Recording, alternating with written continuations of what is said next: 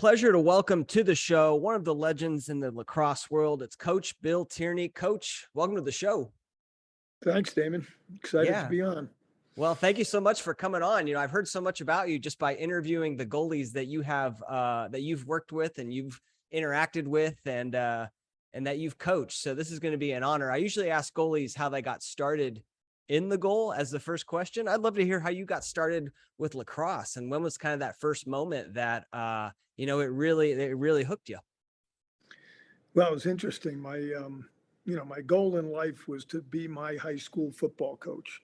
And when I went off to college, I was going to play football. I played football at Cortland State my first year. And then the second year got told I was too small, so I was done. But thankfully, in my freshman year, uh, a goalie, a young man who was from my hometown, didn't go to my high school. A guy named Dan Viglione, who lived on my floor and at Cortland, and he said, "Come on, I need somebody to shoot on me."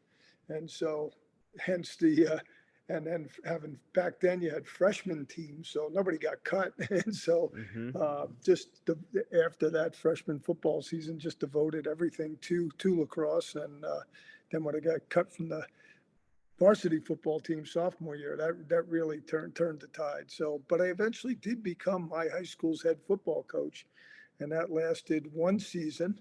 And then I got the call. My best friend in college, Ray Rostan, that was the head coach at RIT. He was moving over to Ithaca, and he called me and said, "Do you want this job?" I said, "Well, can you tell me? How can you tell me I'm going to get it?" But interviewed up there with a great AD named Lou Spiotti, and started this college lacrosse journey. Very interesting. So your dream was to be the head football coach of your high school. You achieved the dream, right? Right. You got the dream, and then was it something for you like I need a little bit more, like I need to get that next step, or is just the lacrosse thing was a great opportunity?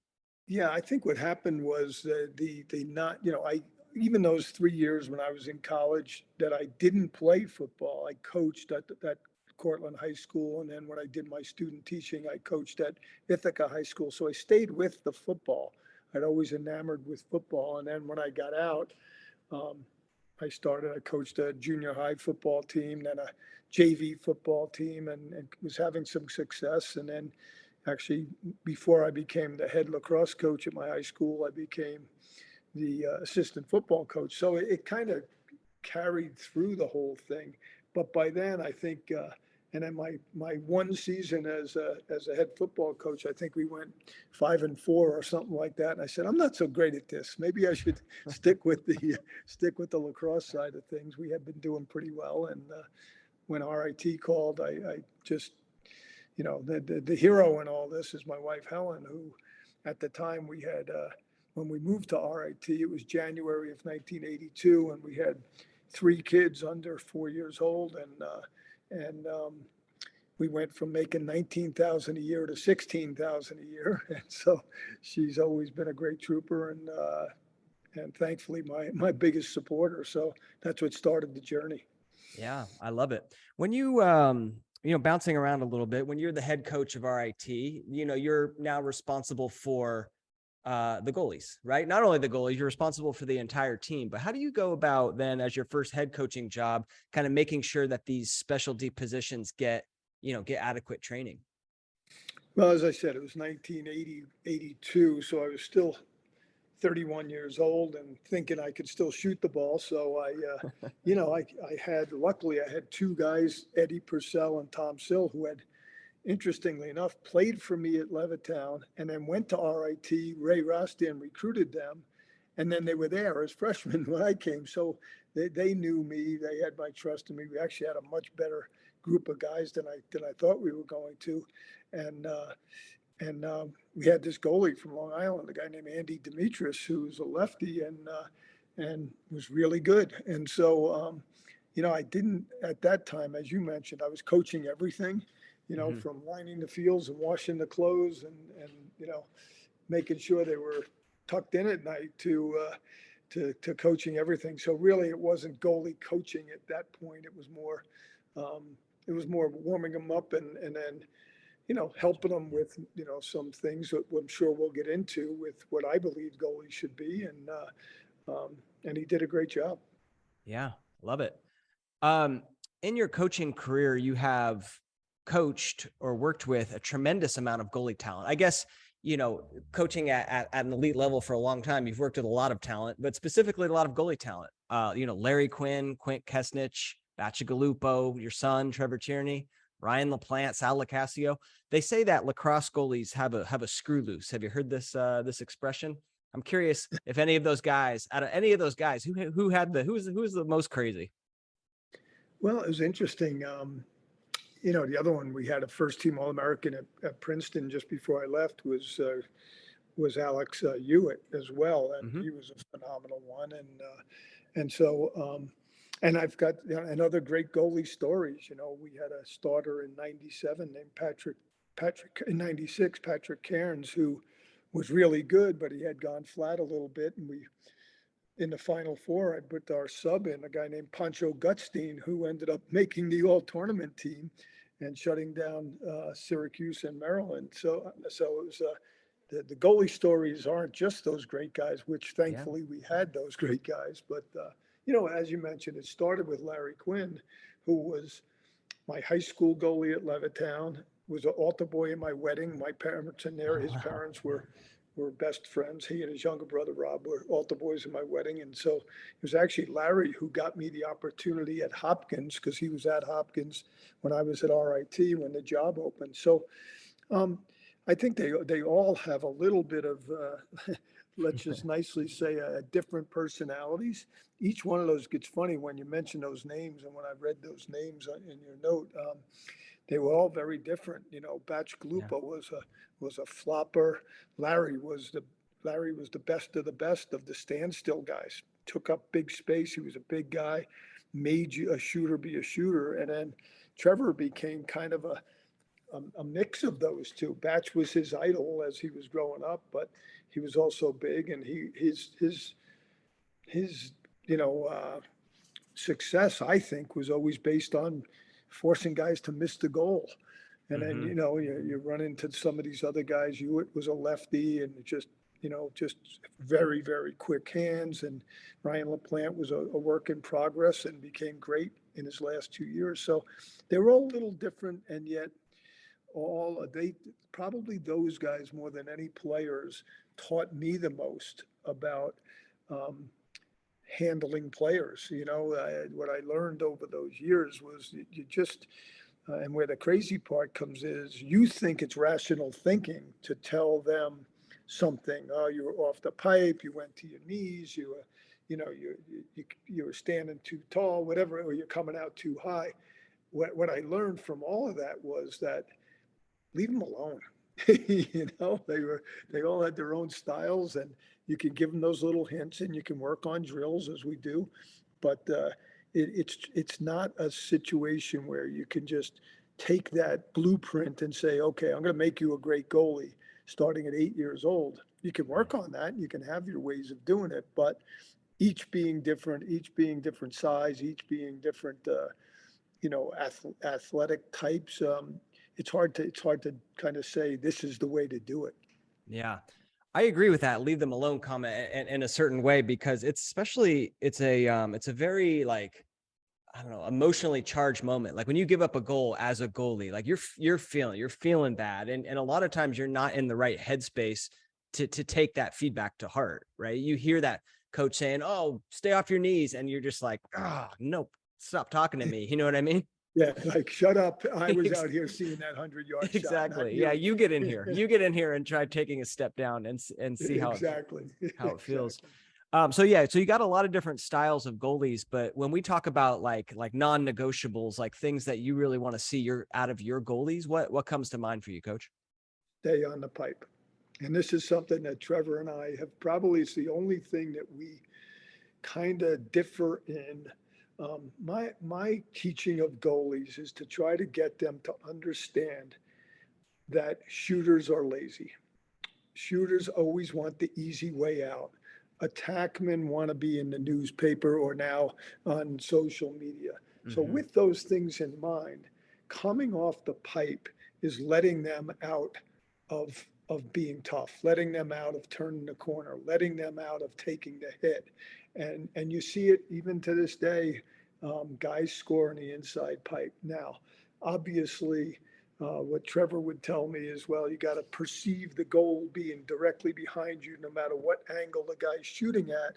My take on that is, let's get on the pipe and tell him, not verbally, but visually, where he's got to shoot the ball if he wants to succeed. Now, I've also had some amazing, great goalies.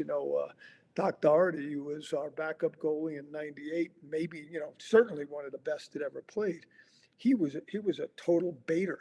Yeah. He would get on that pipe. He would, and you would say, I can't score on the pipe, so I'll shoot over there. The minute the ball was even looked like it was going to be released, Doc would be off to the other side. And it's very difficult to get shooters to execute when you say to them, I know I've been teaching you all these years to shoot, between the knee and the hip on the far side, because that's the perfect spot. Against this goalie, you got to throw it right at him. That's mind-boggling for offensive players, and so and that's why that's effective. You see Dylan Ward play. He plays with a high arc. I think that is the most crazy, bizarre way of playing goalie in lacrosse that there is. But here's a guy who's a world champion and wins every championship he's in. Now you might watch his game with the Water Dogs now, and the other team scores on inside pipes on him, but they don't score very much on him. And he's got quick hands, quick reactions, and even that style, because he's so big and he does come out, and not a lot of guys do that anymore. It's disconcerting to the shooter. So my one though is there's nothing worse than giving up a goal on the inside pipe. That's it. So, all right, stay on the pipe. That's the only non-negotiable. But in terms of, stance and arc play and, how wide the goalie wants to have their feet and their setup, no concerns with that. Do you recruit a certain style? Like, do you think a certain style fits well in your Denver program? I do. We look at goalies, and there's hundreds of them, and they're all wonderful kids and wonderful goalies. We still want a goalie who plays on the goal line. We're not really fond of the ones that play the high arc. And the reason for that, we believe, is that because at the highest levels of lacrosse, the ball can go from one side of the goal to the other in a nanosecond. Yeah. And then if you're way too high on this side, you're just giving them a 6x6 to shoot at the other side. So we really believe on staying on the line. If you know the ball, for instance, you're playing against a 3-3 man up, and the big shooters in the top middle, and he's about to get the ball. Okay, take that step out a little bit more. But so we look for that. We're a little bit of a wider stance group. Trevor played with a really wide stance. I think it should be, shoulder width apart, maybe a little bit more. But once you get too wide now you're relying on your hands so much that, you're not going to get there. The one thing that I've become a believer in these past 3, 4, 5 years is going down to knees. These kids shoot so hard. There's always this battle back and forth with goalies. Should it be your stick first and your body will follow, or should it be your body first, your stick will follow? I believe in body first. And I can remember the first day I ever taught Trevor. I don't know if he told you the story about how he became a goalie, but basically we were living at Baltimore at the time. I was coaching at Hopkins, and he was 6 years old, and down in Baltimore, they start at, God knows, 4 years old. And what they do that's pretty wise is they rotate every quarter somebody to be in the goal. And so it happened to be it was his first game, and it happened to be that he was in the goal in the fourth quarter. Well, it was 6-6 or something like that, or their team was up by 1 goal, but the other team gets a breakaway. These are 6-year-olds, and the kid comes flying in, and he shoots this shot. It hits Trevor in the helmet. The buzzer goes off. He gets dogpiled, and from that point on, he thought he was a great goalie, and ultimately became, I believe, one of the top 5 that ever lived. So when we got home, what I started teaching him was just, I'd stand there with a ball and say, okay, all I want you to worry about is the ball going to your right or to your left. and I'm just going to lob it to you. And all he had to do was step left, step right. So that's why we started this whole not stepping out to the shooter, not stepping out to the ball, but stepping along the line as much as you can. Make the shooter be a great shooter. Yeah, I love it. Speaking of Trevor, there's a lot of lacrosse goalie dads and goalie moms that follow this podcast, listen to this show, and it's a tough position, right? The parent of a goalie, being a dad of a goalie, what tips, what advice do you have for those parents? Well, it's interesting. Coach Metzbauer, who was with me for 20 years at Princeton, and actually coach Trevor, because that wouldn't have been a good thing for me to coach him, and he did an amazing job with Trevor. He had that great demeanor with him. He could shoot the ball 100 miles an hour, and of course Trevor had Batch as his role model, and actually his first year backed up a kid named Corey Popham, who was a very good goalie from Baltimore, and so it's when I started to get anxious about Trevor in the goal was more after he graduated, when he went into the MLL and played in the World Games, because I know him so well, and I think in this line of reasoning that we're talking about, I probably know every goalie so well, is that they blame themselves for every goal that goes in. If they're a good goalie, if they're not a good goalie, they blame someone else, right? And you see it all the time. That the minute a ball goes in, somebody goes after the defenseman, who just got beat by, Lyle Thompson or something. Okay, you're going to get beat once in a while, but the ones who blame themselves are the great ones. And so hand in hand with that, in talking to recruiting goalies, I always make sure I talk to the mom and find out how she feels, because moms of goalies have the toughest job in lacrosse. It's just, it hurts. It hurts not just if they lose, but it hurts every time that 2.5-inch ball goes by some, God forbid, somewhere in that 36 square feet.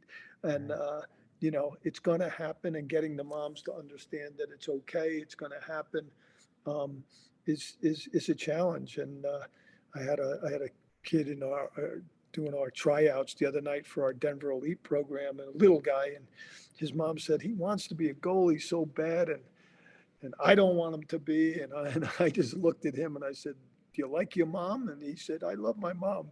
I said, "Then don't be a goalie." Yeah, it's a tough role, the lacrosse goalie mom, because goalies will win as a team and then sort of lose as a goalie, right? Like you feel that burden, even though many times in order to give up a goal, the attackman had to lose it, right? They didn't ride properly, the midi got beat, the slide wasn't there. If you give up that goal as a goalie, it's like you feel like it's your fault, and you feel like you're letting your team down, and that could be really tough to deal with as a lacrosse goalie mom, because it's what a burden. So. Every time, and the goalies do get the when it goes well, they also get the accolade, but so, and it's funny, it's also a position where the team doesn't think like that. The coaches very rarely think like that. Usually if a goal goes in, unless it was just a floater, or just a something really bad happened. Usually, if it looks bad, it was probably a deflection. He was screened, or the kid just shot it 110 miles an hour and hit the corner. So be it. But it's not the coaches and it's not the team. It's usually the mom and the goalie himself that hurts the most. Yeah, that's what I always tell goalies when they tell me that. Like, I feel like I'm letting the team down, or like someone else would be better. Our team would be better if there was another goalie. And I'm like, is that true? Like think about that. Is that true? And most of the time it's not, right? It's just this crazy thought that goes on in goalies' heads. So I'd love to hear so when you were at Hopkins, you also coached the soccer team. Where did that come? How did that come to be? Did you play soccer? Did you have any soccer knowledge, or is just pure coaching? You're using your coaching skills at that point. No, it was in March of 1984 where Henry Ciccarone, well, actually earlier than the fall of 83, where Henry Ciccarone stepped down. Don Zimmerman took over the head lacrosse coaching job at Hopkins, but he was also the soccer coach, so he could make a little bit more money. So fast forward in March of 84, we knew the job was going to be open. But we also knew that I'd be Zim's assistant, but I had to be the head soccer coach. So thankfully at RIT, I shared my office with a guy named Doug May, who was our soccer coach at RIT, and he was phenomenal. So I had all of March, April, and May to prepare for this. And I had a Bob Scott, the great old AD at Hopkins, when he interviewed me, he had me and then it was a lacrosse / football / maybe soccer guy versus a soccer / lacrosse guy to get the final two spots. And I convinced Bob that I could do this thing. I had Doug educated me, and so interestingly enough, I get this job, and the first meeting I promised the team two things. I said, listen, you guys are smart guys. Most of the guys on Hopkins Soccer's Division III program were engineers or pre-med guys, really smart, great kids. I said to them, listen, you got to grow up, because I don't know much about soccer, but there's two things I can do. I can give great pregame and halftime speeches, and I can get you in great shape. And if you take over the rest, we're going to be okay. And the good news on it, like many of the jobs I took before, before the run at Princeton, were kind of turnaround jobs, programs that hadn't done well. So Hopkins had one winning year in 50 years of soccer. And so I'm like, well, how bad can I do? And so we went 7-9 my first year. And then my second 2 years, we went 14-3. And my third year, we got into the NCAA tournament. So I had this great grad assistant. The first day of soccer practice in my first year, we sat up in the stands. I told the players, I said, listen, I'm going to be up there evaluating you guys. Meanwhile, I made the grad assistant sit next to me and tell me what the heck was going on. And so, we faked it pretty well. The kids bought in. They liked the fact that they had some autonomy with this thing, and they could give me ideas. We had some really good kids. I'm sure most of them are very well in success of being medical and doctors, and so it just worked. And the other thing I could do was recruit, and so we did that, and all turned out well. In fact, the people at Princeton told me, obviously my first and third year at Hopkins, we won the national championship in 85 and 87. So that helped. But when Princeton opened, some of the people on the committee told me that one of the main reasons I got the job was I had turned around, or had been a part of turning around, this soccer program that had been pretty bad. And they said, well, Princeton lacrosse has been pretty bad for the last 4 or 5 years. If he can turn around something he doesn't know anything about, maybe he can turn around this that he knows something about. And that's kind of what opened the door for me at Princeton. Yeah, well, and turn around that program, you certainly did. I got the 1988, it was 2-10. 1989, it was 3-11. I think Batch told me, had a quote. He said, I think Princeton always finished 8th in a 7th team league. And then in 1990, 11-4 with the quarterfinals appearance. I mean, what an amazing turnaround. Like, how were you able to accomplish that, do you think? Now that, this again, to go with that same mantra of we can't do any worse, and so with that in mind, we went to work recruiting. And in fact, the story goes, when, not my first year, when we were 2-13, because we kind of had what we had, and we had a couple of really good players. A guy named Rob Palumbo was actually an All-American that year on a team that only had 80 goals in 15 games. So, so the next fall, which was my first recruiting class, the first meeting, I told the guys that the freshmen, they would win a national championship by the time they were seniors. And that went over, as my dad used to say, that went over like a lead balloon. They're looking at me like, hey, relax. We're gonna get a good education, and we're going to have fun here. but it was a bunch of great kids that bought in. And then lo and behold, in their senior year in 1992, that group won the national championship against Syracuse. It came true. I want to talk about that game quite a bit, but first of all, the class of 94 in particular, 10, I think Batch told me it was 10 recruits, 7 All-Americans. I mean, that is some amazing recruiting, right? I mean, how do you spot such talent? And what makes you such a good recruiter, Coach? And by the way, Look, recruiting in 94 is a lot different than recruiting in 2022. Yeah. yeah. Well, I think by then we had made the tournament in 90. And so we were recruiting those guys. In fact, I remember in 1990, Batch came to our first game because he was a Baltimore kid, and we lost to Hopkins 20-5. And we had this post-game reception in the Hopkins basement of the Hopkins library. And he looked at me and he said, "What did I do?"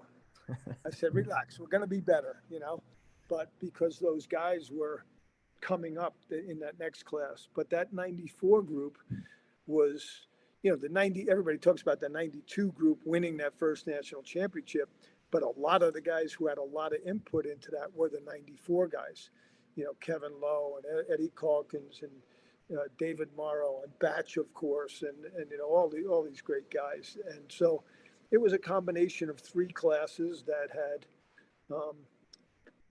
believed in Princeton, believed in me and Metzi, thank God. And we went, as you mentioned, we were 0-6 in '88 in the Ivy League, and then went 2-4, 4-2, 6-0. So it was a building process throughout. But that '94 group was really special. Kevin Lowe was still to this day maybe the best feeder.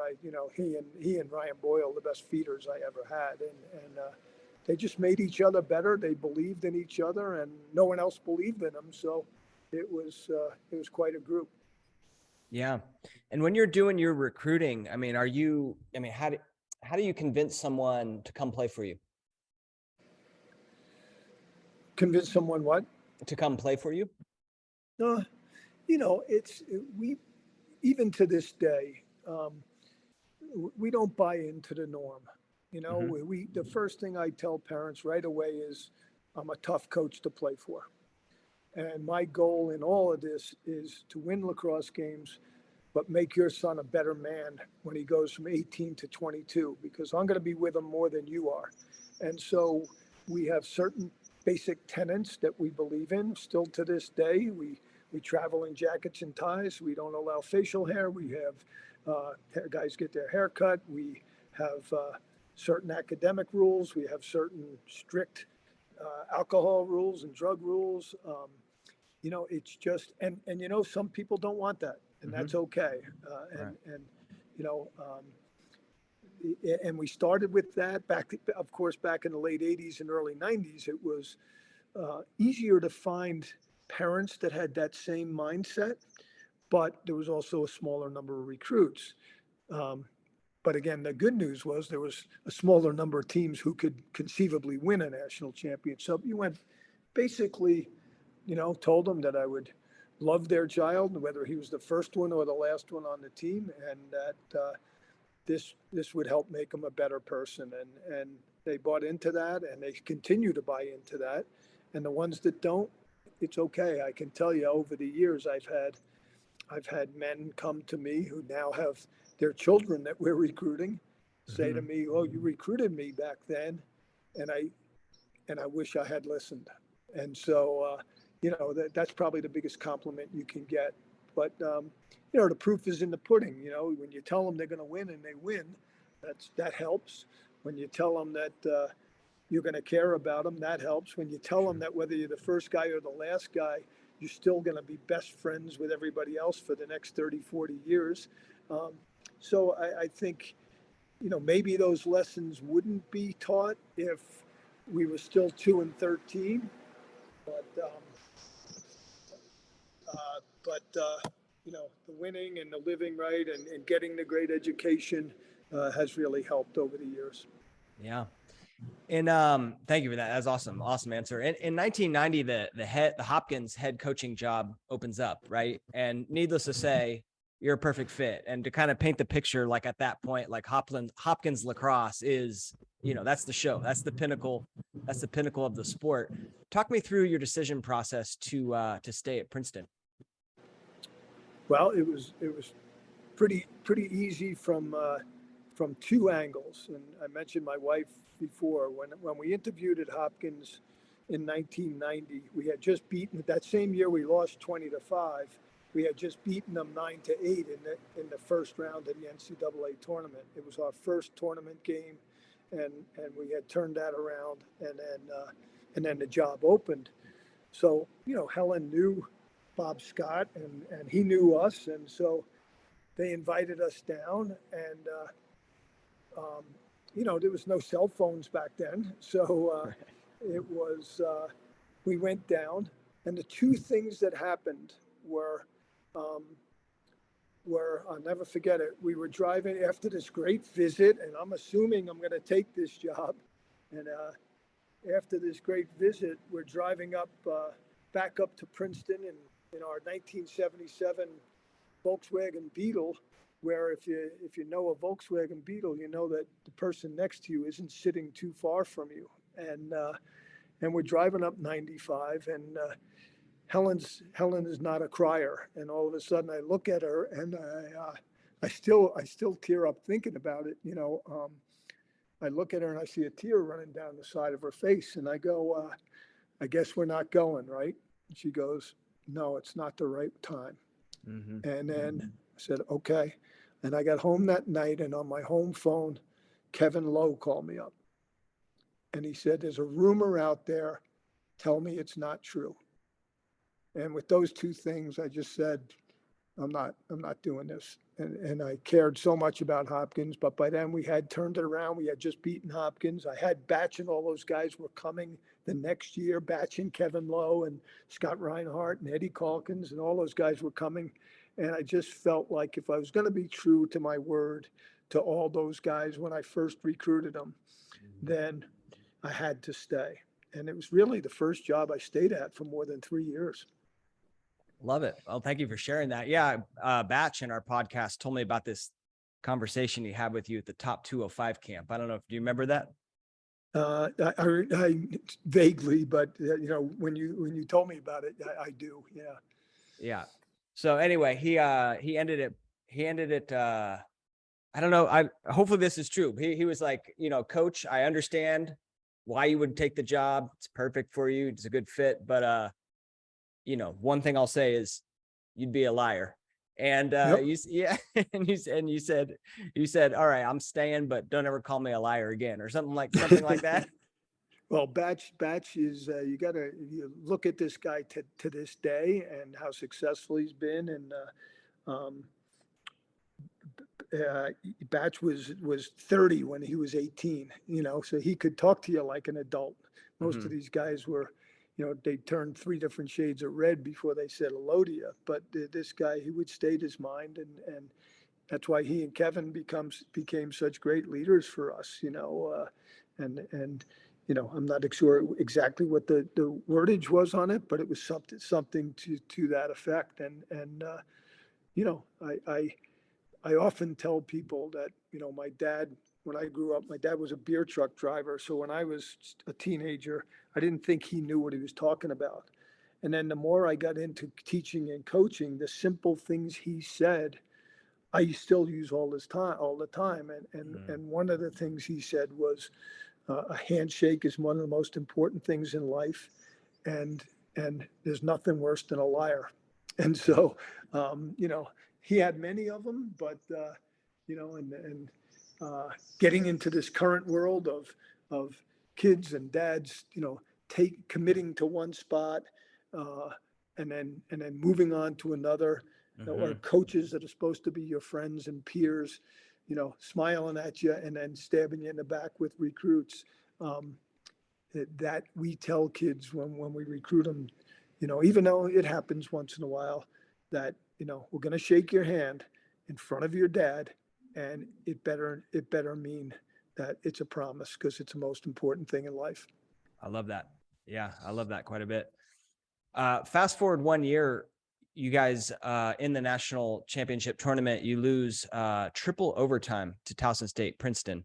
And I remember Batch, kind of being really down, as any goalie would, as any team would, losing such a dramatic game. And he said something like, "I'm never losing in overtime again." Do you kind of remember that story?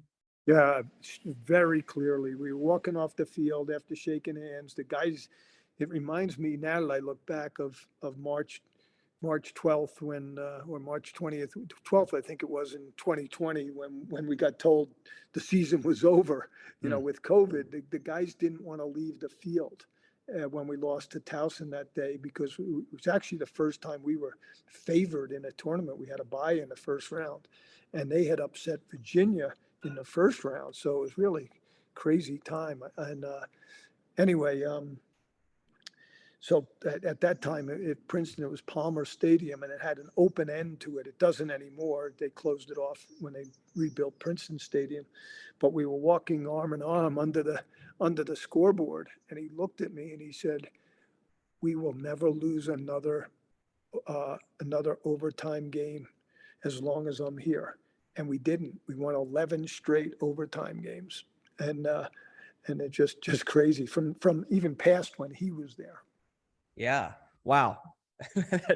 That's one, a great thing to say. And then two, to live up to that commitment, right? Yeah. And we won both his championships in overtime in 92 and 94. Yeah. Well, I'd love to talk about the 92 season. If we could, it's kind of a special season, an amazing championship game. What do you remember about that 92 team? Cause you started 1-2, like started out pretty poorly in the season, but I'm curious what are your main memories of that team? Yeah, it was just, it was like, remember the movie Bad News Bears, where the kid comes in on the motorcycle Yeah. and he ain't buying in, but all of a sudden he becomes one of their good players because he finally bought in. That class of Batch and those guys came into a group of Bad News Bears. The 94 guys, the 92 guys were just this group of amazing believers. They just, I mean, they were so much better than what we inherited, but they still were a group that every one of them had a different story, and so, but when you infiltrated them with some of those other guys, it just became this, not only this group of brave believers, but now we had some talent. And those two games we lost early, if I remember right, were pretty close. And then we went on this run, and every time we went on the run, every game we won, it's like, we can do good. Well, we can do well. And then the playoffs started, and it just, it was one surprise after another, right down to that game itself. I mean, Coach Simmons, who I admire so much, was a little worried about playing us because he thought we were going to slow it down. And then we scored the first 7 goals in the game, in the championship game, and we were up 7-0. They ended up getting 2 at the end of the half to make it 7-2. And, we had gone outside of our blueprint a little bit. And, and so went into the locker room and told the guys, look, they're going to make their run. This isn't going to be 14-4. They're going to make their run. Hang in there. And then, as the story goes, with having a lead and being man up with a little over a minute left, it kind of brought us back to being those Bad News Bears, giving up the ball and them going down and scoring that crazy goal. And then Batch making a save with his face in the first overtime, and then winning, in the second overtime. It's just one crazy story after another in a small amount of time that mimicked our whole season. Yeah. What an ending. So I want to walk through this play, if we could, if that's all right. If that's all right with you. You guys are man up, right? You're man up with a 1-goal lead, searching for your first ever national championship, and you got the ball. So you got, as a coach, you got to be thinking, I don't know, maybe you're not this way, but you got to be thinking like, all right, this is looking pretty good. Guy gets stripped, right? loses the ball. They Gilman it down, and Batch comes out to do like kind of like a quick stick type move, fans it. Tom Marichek picks it up, dips and dunks, tie game. What, as a coach, like that's got to be, and as a player, as a team, that's got to be like a huge emotional letdown. Like when you get the guys back in the huddle, what's your speech? Yeah, it's interesting. We looking at the scoreboard, the number 42 scored the goal with 42 seconds left, and and then it was just like, because David Morrow had done a great job on Marichek the whole game, but he wasn't on him at the time because we were clearing the ball. We were just everybody assumed Batch was going to just get it and chuck it back up, and so we weren't on our guys, so to speak. And then Mike Mariano tries to jump in the goal, and of course Marichek just throws one fake, and it's by him. And so the short amount of time that you're allotted when you call a timeout, when the other team just stole your national championship from you, you're the one they're looking at. And then look, anybody who's watched me over the years knows that there have been plenty of times where I haven't been a good coach. And there have been plenty of times that, we kind of came about this, how do we act in overtime? And that was the kind of the poignant moment of all of that through all those years. And I just looking at Batch walk off the field, I remember David Morrow had put his arm around him as he walked off, and they just came to the huddle. And somehow, some way, I had garnered up enough to not give Batch the hairy eyeball and not yell at him or anything, and just express to him, I think I said something like, hey, you got us here, get us out of this, or something like that. And he did. He certainly did. Yeah. But I mean, that's a great coaching moment, right? Because like, we're talking about goalies, I mean, if you have this goalie that's committed, I mean, what he would call a bonehead play, right? The Bill Buckner of lacrosse plays. You've got to pick up their psyche. You've got to get the guys rallied up a little bit. And so I think that's, an important thing. Especially a kid like him. He was so smart and so instrumental to our success that I guess I think somebody said, I think maybe Batch told me that I said, hey, we wouldn't be here without Batch. So he makes one mistake, who cares? Let's get on with this. And then Dom Finn, who I've talked to over the years, he coaches a club team in Texas, beats Andy Moe for a shot in the first overtime, and Batch goes down and then somehow cranes his neck back up, and ball skims off his face mask and goes over the goal. Well, that would have been it. Yeah. I was like, what a save, what a moment, right? Make a save in overtime. And I don't know, he just kind of looks like he lifts up his shoulder a little bit, gets a little something on there. Sure. So it's a Lacrosse Goalie podcast. As long as they make contact, we give them credit. He reacted. Yeah. He reacted. There's no doubt. Yeah. And then at the beginning of second overtime, you guys win it right away. Talk to me a little bit about the feeling of winning that first national championship. It's funny. I still get the chills when I talk about it or look at that. Somebody put it up on the internet not too long ago. And, I mean, I've been blessed in my career, but there's been so many great plays by young men that have helped me look good. But that one, it really wasn't even the play, because as you said, it happened so fast. Why did Taylor Simmons cut through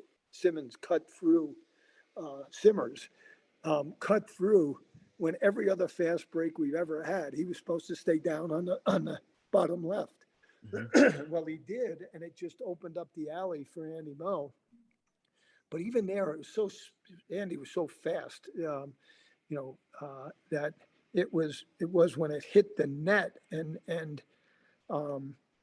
the place exploded, and that you kind of went, whoa, maybe we'll do this thing, and it was already done. Yeah, so it was a pretty cool moment. Yeah, that's amazing. And then just such a great story. So thank you for sharing that. I'd love to hear talking a little bit about Denver. now. Last year, on your guys' roster, you had 7 goalies, which is quite a bit for, a collegiate program. And I'd love to hear, what your thought was behind that and like how you went about, making sure a lot of guys got the looks that they needed. Well, as I mentioned earlier, we're the only college program that has a club program that's run by the coaches, and that's our Denver Elite program. So at the University of Denver, myself, Matt Brown, Trevor Tierney, who was coaching with us, and our coaches, um, helped coach the Denver Elite program, as well as some other great youth coaches that we have in our program. So with that in mind, Trevor and Ryan LaPlante actually do a goalie academy all fall and winter, on Sunday nights. And so they get their hands on these guys and really, really coach them and really teach them. So if you look at that roster, uh, you know, we had Caleb Stroman, who was a Denver Elite kid. Jack Thompson's a Denver Elite kid. And so those guys kind of come around, and they want to be on Denver, um, and so and then with that came Jimmy Busick, who's a old friend of mine. He was a Midi of the Year in 1991 at North Carolina. Coached with me in '94, um, and he had a young man that had got a bad break at one of the Ivy League schools. So last minute we took him because I believe in friendships, and this kid's a great student, by the way.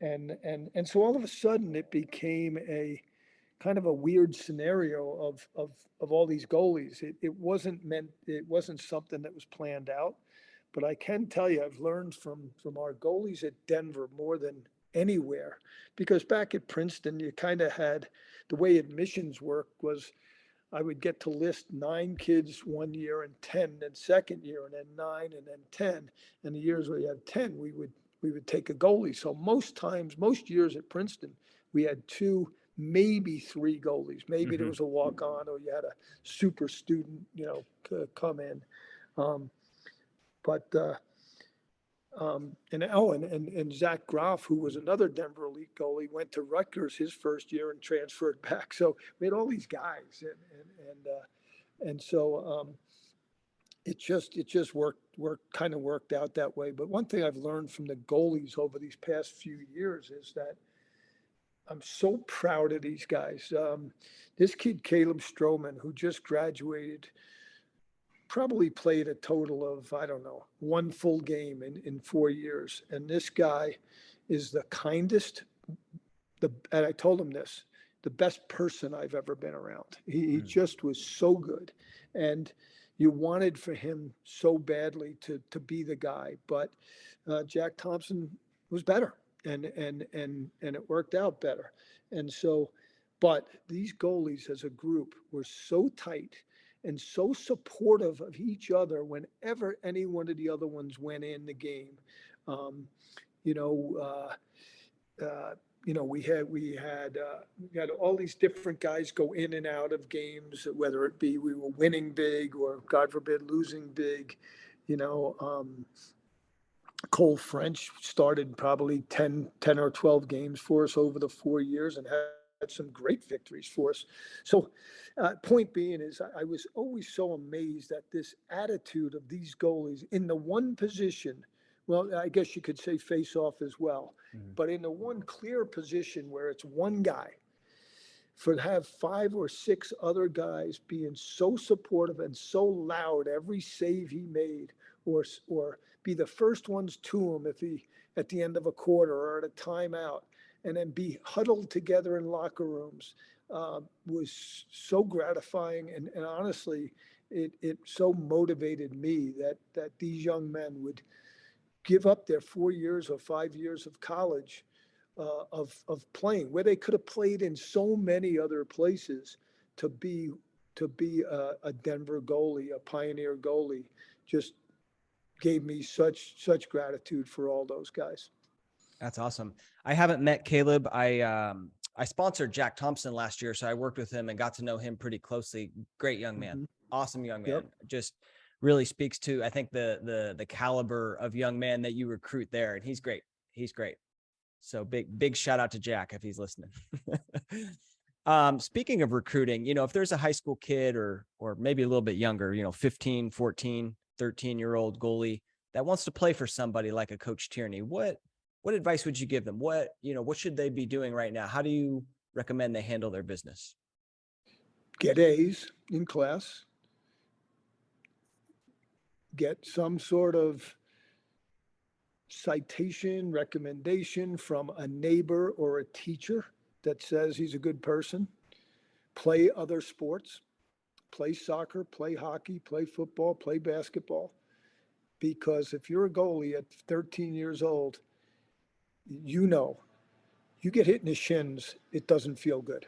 And so it's a microcosm of the rest of their career. And so if they can handle those things, be a good student, be a good person, obviously work hard, be trained well, and all that stuff, and handle getting hit in the shins without turning sideways, now you got something special. Now, obviously, they've got to work on their hand speed and the game and understanding. It's funny to me, Ryan LaPlante always told me he never watched film, which is really funny to me because I feel like you got to see the shooter, know the shooter, right. Where does he shoot? But what I've learned from Ryan and from all the other ones is, we make these massive scouting reports, right? Oh, number 13, when he gets a step down, if he's going overhand, he's going high to low. If he drops his stick, he's going low to high. Hey, Coach T, I hate to tell you, but by the time he catches that and releases that, it's about 1.8 seconds.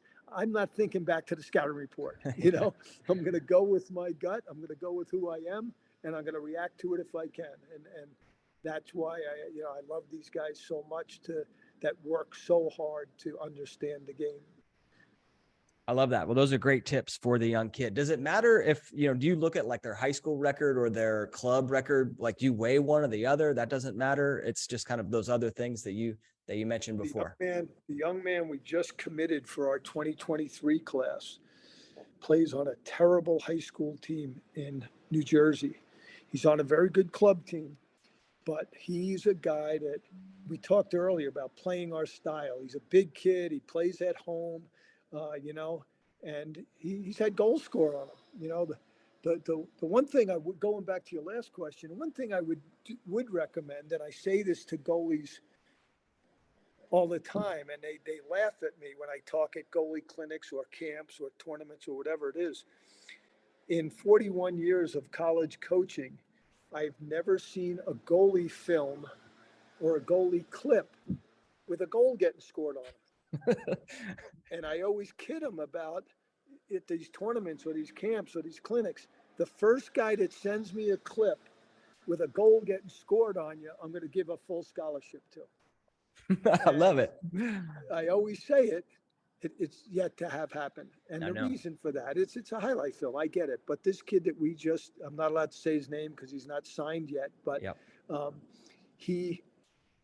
We took him over at least 50 other goalies that we've watched over the year that have shown interest in us because we believe he's a great kid. He's a great student. He really likes being coached. Us and my nephew Seth at Hofstra and Nick Myers at Ohio State and his brother Pat at Lafayette and the Michigan guys. And we do this camp in the summer that we call the collegiate games, where we bring in our recruits from the 2 years and get to coach them for a couple of days. And it's really interesting to see them come together. And watching the goalies is, for the first time, really having them play for you in person is really a cool thing. So it's, so I don't care. I care about high school coaches. That's what I care about because, every coach, club or high school is going to tell you, oh, the kid's great. All right. Well, we'll decide if he's great in the goal. But a high school coach sees him in the hallways, sees him with his buddies in class, sees him play football or soccer or hockey, knows what he acts like over the weekends. And the club coaches know what he's like in a hotel, know what his parents are like, which becomes very, very important to us. And so we'll figure out if we think he's a good goalie, and we don't care what his high school record is. That's for sure. Love it. Well, after this comes out, Coach, you're going to get a slew of videos of highlight reels of goalies just getting scored on. So Exactly. You're like, what is this? What happened to all the saves? Into 30. There you go. I think I wrote in my questions, I wanted to ask you, you strike me as a coach who gives a great pregame, great halftime speech. And then you were talking about your soccer coaching days. And you said, I could give you kind of confirmed my suspicion. What goes into a great pregame or a great halftime speech? I think, you do a lot of thinking during the week. We probably talk to the players during the week too much, so that by the time you get to your pregame speech, they've probably heard it before, except that I think the pregame speech, for some reason, kids these days, they all have the headphones on. They're all listening to their own music, because in the locker room, I've had to outlaw some music because it's distasteful, but so they all listen to their own stuff. But when the pregame speech or the pregame talk comes, the phones go down, the headphones go down, and what you're looking for is that eye contact, that eye to eye. Are they looking at you? Are you looking at them?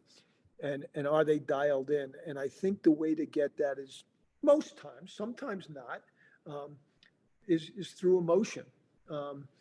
And so it really doesn't matter what you say. It's more how you say it. And I've had many that have, I thought, worked, and I've had many that haven't worked. I remember in the 96 semifinal, we were playing Duke, and it was at Maryland, and they had a two-sided whiteboard that you could flip over.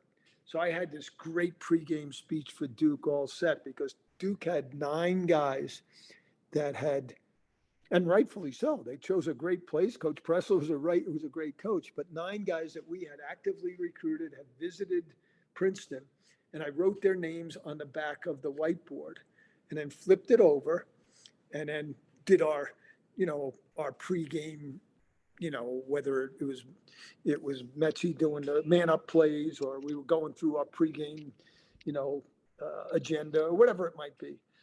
And so just before the game, I said, "Oh, one more thing," and I flipped the whiteboard over, and it's got these 9 guys' names, and I went down the board. He didn't want to be your teammate. He didn't think you were good enough. He didn't think Princeton was a good enough school. He wanted to go down south where it's better weather. And I had something for each guy. And they were so fired up that we got down 6-0 to Duke in the first quarter. Too pumped up. Huh? Pumped up.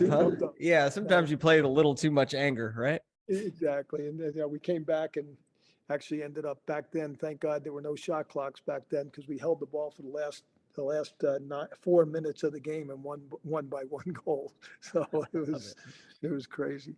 I love it. You made a reference to pulling the Princeton goalie, Cairns, I think, and Patrick Cairns. Yeah, Patrick Cairns. Yeah. When do you, as a head coach, when do you pull a goalie? When do you make that decision? It's a tough one, because the 2 times that I've done it when it was major implications were that 96, that same that championship, that semifinal, and that, it must have been 96 we played. I'm getting my dates mixed up, but anyway, Patrick, by the time of the year, what happens is these guys, the starter plays so much, and he's practicing so much that you feel like, are they getting tired? You start to outthink yourself. So we had this in 96 it was. So we had this backup goalie. His name was Pancho Gutstein. His dad named him after great tennis player Pancho Gonzalez. And Pancho had size 14 shoes. And Pat, we were playing Syracuse in the semifinal at Maryland, and Patrick, they went on a run.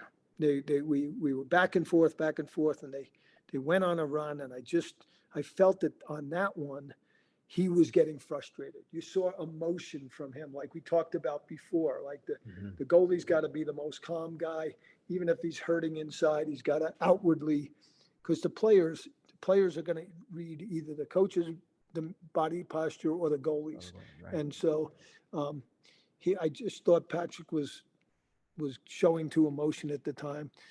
Pancho hadn't played more than 20 minutes the whole season, unless it was against, we were beating teams pretty good then. That's when I had Hubbard, Hess, and Massey scoring 19 goals a game. But so Pancho played some, but and he was our guy. He was our backup. And so I put him in, and,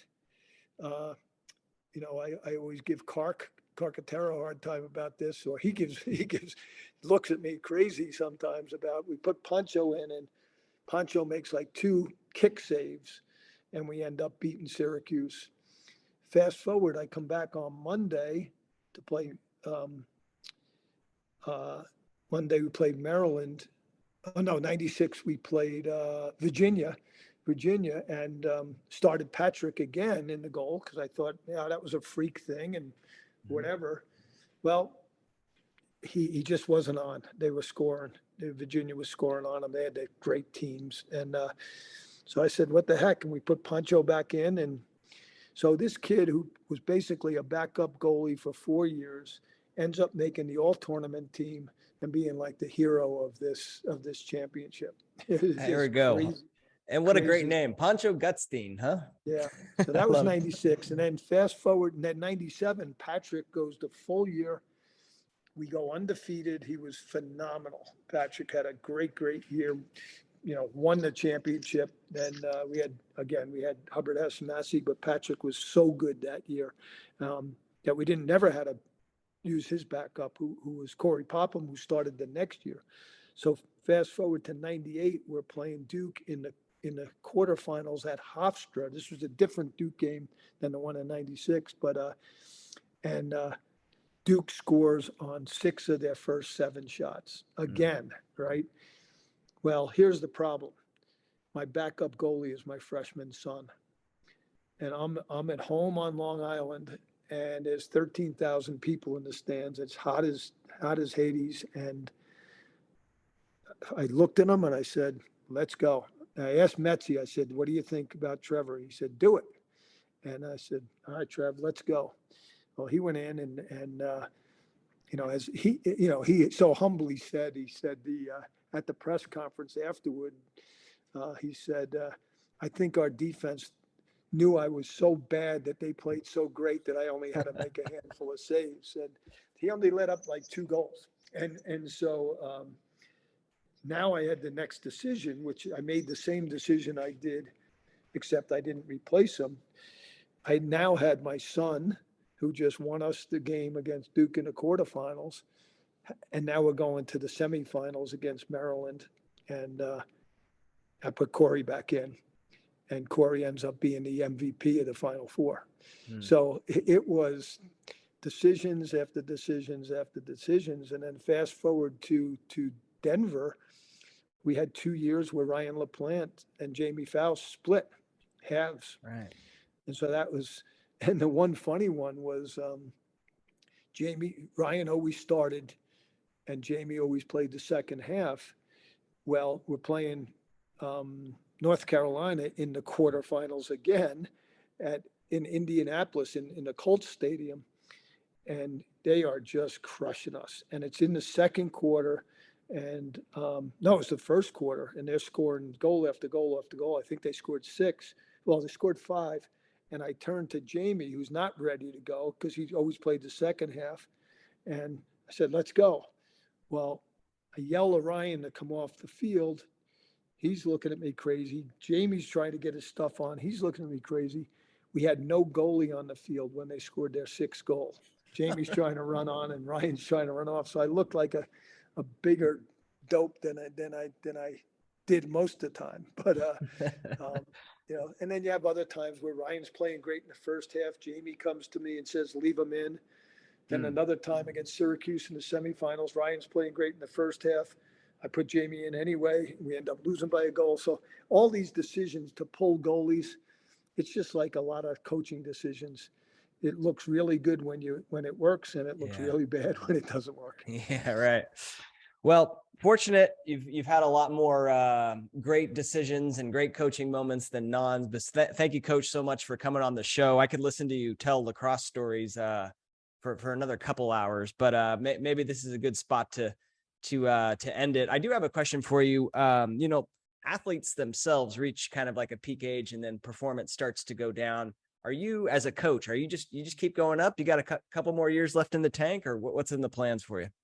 Yeah, it's interesting. I have an amazing associate head coach in Matt Brown, and Matt will be the next head coach at Denver someday. And the beauty of Matt Brown is, number one, he's like the greatest offensive mind in the game. He's currently over in Ireland, coach, because he's Canadian, coaching the Canadian under 21 team this year. But Matt's a phenomenal coach, and he's more like I call it's funny. I used to have two sons, Trevor and Brendan, and now I feel like I have four sons, Trevor, Brendan, Matt Brown, and Trevor Baptiste. And Trevor Baptiste and I always kid about, Trevor Tierney always says Trevor Baptiste is my favorite Trevor. So,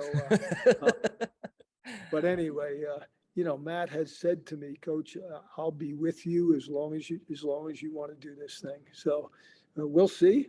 I'm no spring chicken, and I always say, if I'm excited on the opening day, then I know I still got it. But it's also it's getting crazy with recruiting and all these other things. So they say you'll know when you know, and when that day comes, I'll know.